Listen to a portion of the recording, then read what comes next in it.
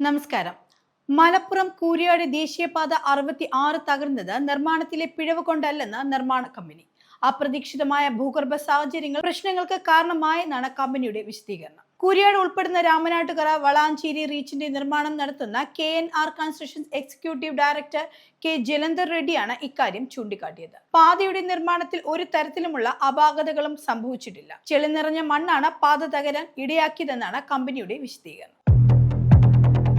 ആലപ്പുഴയിൽ കുടുംബം സഞ്ചരിച്ച കാറിന് നേരെ ആക്രമണം. സംഭവവുമായി ബന്ധപ്പെട്ട് കോൺഗ്രസ് പ്രവർത്തകർക്കെതിരെ കേസെടുത്തു. ആലപ്പുഴ ചാരുമൂടിൽ ഇന്നലെ വൈകിട്ടാണ് സംഭവം. ആക്രമിക്കപ്പെട്ട കുടുംബത്തിന്റെ പരാതിയിൽ ചാരുമൂട് പോലീസ് കോൺഗ്രസ് പ്രവർത്തകരായ 7 പേർക്കെതിരെയാണ് കേസെടുത്തിരിക്കുന്നത്. ഇന്നലെ വൈകിട്ട് ചാരുമൂട്ടിൽ KC വേണുഗോപാലിന് അഭിവാദ്യം അർപ്പിച്ച് കോൺഗ്രസ് പ്രവർത്തകർ മാർച്ച് നടത്തിയിരുന്നു. ഇതിനിടെ ഇതുവഴി വന്ന പത്തനാപുരം സ്വദേശികളായ കുടുംബത്തിന് നേരെയാണ് ആക്രമണം ഉണ്ടായത്.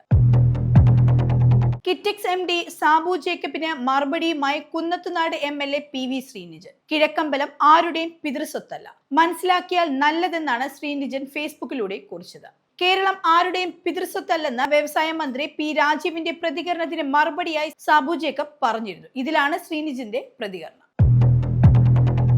MSC എൽസ 3 കൊച്ചി തീരത്തിനടുത്ത് അറബിക്കടലിൽ മുങ്ങിയ സംഭവത്തിൽ കമ്പനിക്കെതിരെ ഉടൻ ക്രിമിനൽ കേസ് എടുക്കേണ്ടതില്ലെന്ന് സംസ്ഥാന സർക്കാർ. കേസിന് പകരം ഇൻഷുറൻസ് ക്ലെയിമിന് ശ്രമിക്കാനും നിർദ്ദേശം നൽകി.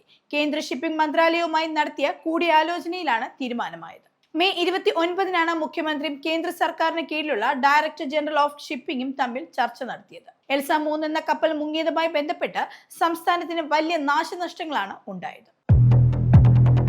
കൊച്ചിയിൽ ഇന്ന് ഓൺലൈൻ ടാക്സി ഡ്രൈവർമാർ പണിമുടക്കിൽ. ഓൺലൈൻ ടാക്സി കമ്പനികൾ ചൂഷണം ചെയ്യുന്നുവെന്നും ഓൺലൈൻ ടാക്സി രംഗത്ത് നിരക്ക് ഏകീകരണം വേണമെന്നും ആവശ്യപ്പെട്ടാണ് പണിമുടക്ക്. ഓൺലൈൻ ടാക്സി കമ്മ്യൂണിറ്റിയാണ് പണിമുടക്കിന് ആഹ്വാനം ചെയ്തത്. ഓൺലൈൻ ടാക്സി രംഗത്ത് നിരക്ക് ഏകീകരണം വേണമെന്നും ഇവർ ആവശ്യപ്പെട്ടിരുന്നു. രാവിലെ 6 മുതൽ വൈകുന്നേരം 6 മണി വരെയാണ് പണിമുടക്ക്.